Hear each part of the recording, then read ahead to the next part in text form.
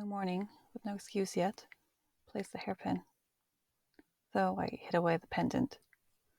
Unlike last year, when staffing was short, every woman in the house stood an exact few steps behind Lord Kwan, to the side in perfect display. As the guests who would stay in the house arrived, one of the women would escort them in return. "Hisa," beckoned Lord Kwan.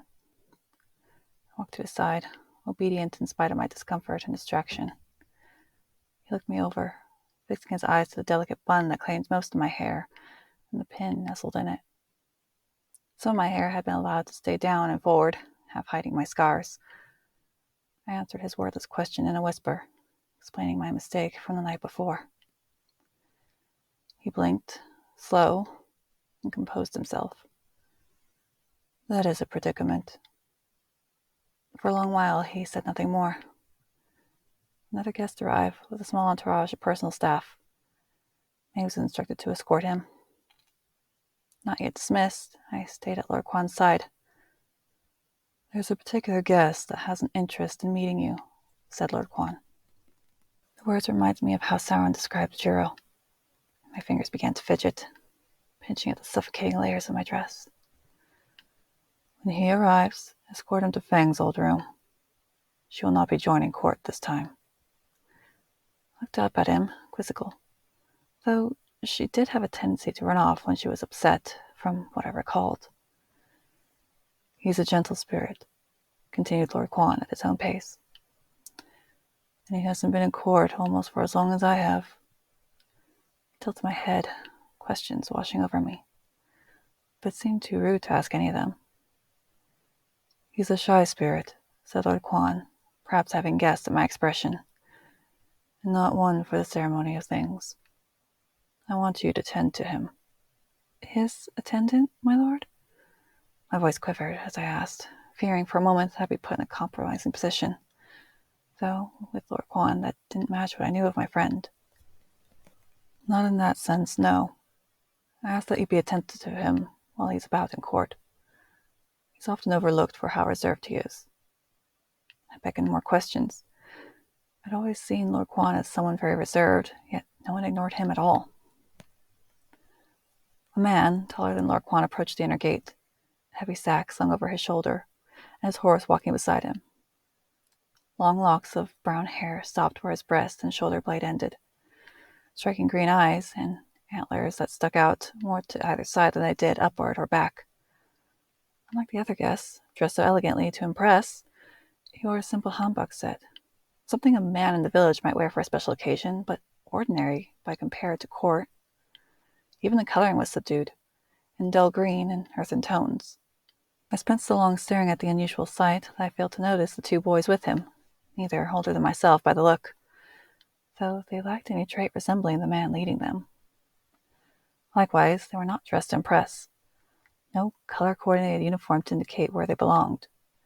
Their clothing was light and casual and perfect for warm summer weather. "Lord Genji," greeted Lord Kwan. Genji returned the greeting, so quiet I almost didn't hear him say anything at all. "My horse lost a shoe." He struggled to make eye contact, his head hanging low, as though it were all the energy he had to be here. It didn't seem right to keep riding after. "My stable master will see to it," said Lord Kwan, cueing the boys to take the mare. They may have looked humble in the way they dressed, but their manners remained perfect, a kind of discipline unmatched. Genji's eyes fell on me, curious, and a whiff of an inhale to confirm his inquiry.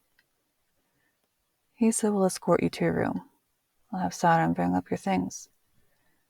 "There's," started Genji. "No need for the extra trouble, Lord Kwan." He shifted the sack to a more comfortable position, a silent demonstration of his capability and his assurance. I bowed, ignoring the continued stare from Genji as I led the way. He stayed quiet until we were away from the commotion. "You're..." I didn't stop to look back. "Human?" "I am, my lord." He became wordless once more, seeming to consider. On the second floor, I presented his room to him, imitating what I'd seen another woman do, and bowed again. "Would you stay a moment?" asked Genji, slow in his words. His shyness unmistakable in the tone and demeanor. I offered a look of apology. "I have questions." "I'm not supposed to go inside a guest's room, even invited." He slid the door open, stepping inside. "It can stay open. There's too many people coming and going." He was right, but I couldn't shake off how similar it was to Jiro's proposition.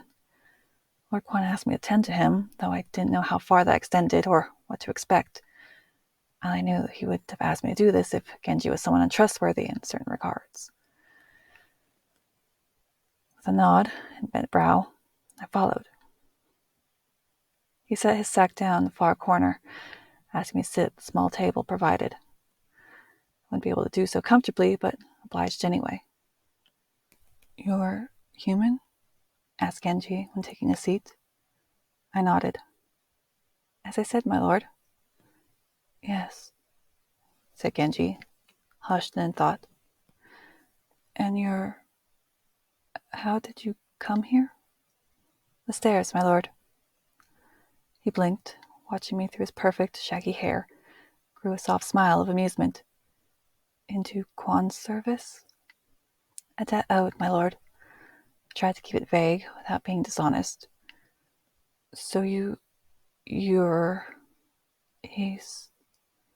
Lord Kwan is..."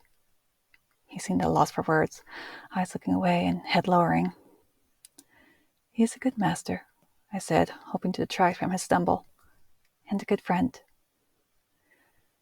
Genji looked at me, a gentleness in his eyes, kind and curious and shy, so green that it almost seemed as if the entirety of a forest stared back at me with interest.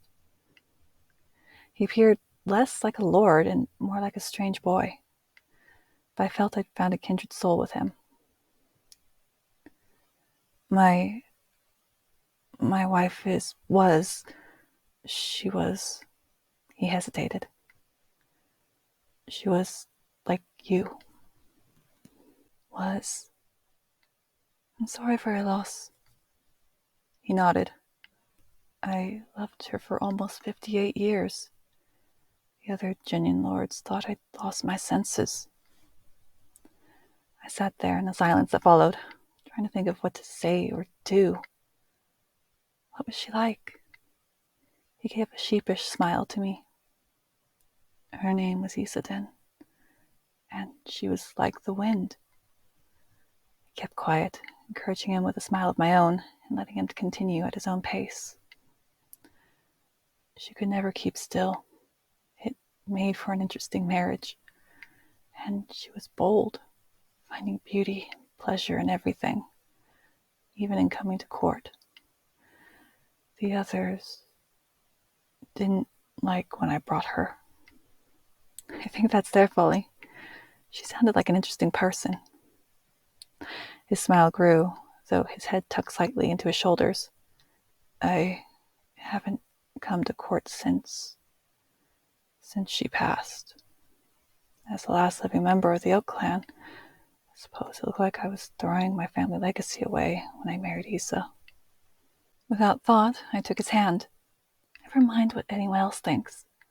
What good is a marriage if there wasn't love in it?"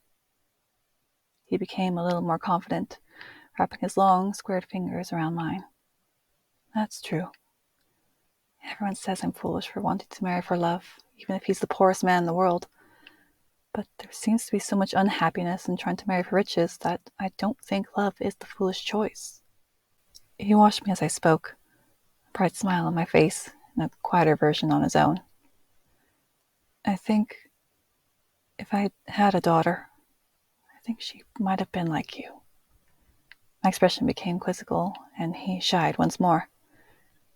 "Isa and I never had children. We wanted, but it was not fated to happen." I kept a firm hold on him, placing my other hand on top of his for added comfort in the new quiet. I tried to come up with something to say, something useful, that he'd have been a wonderful father or something like it. But nothing felt right. So we stayed in continued wordlessness, letting the still touch of our hands speak for us.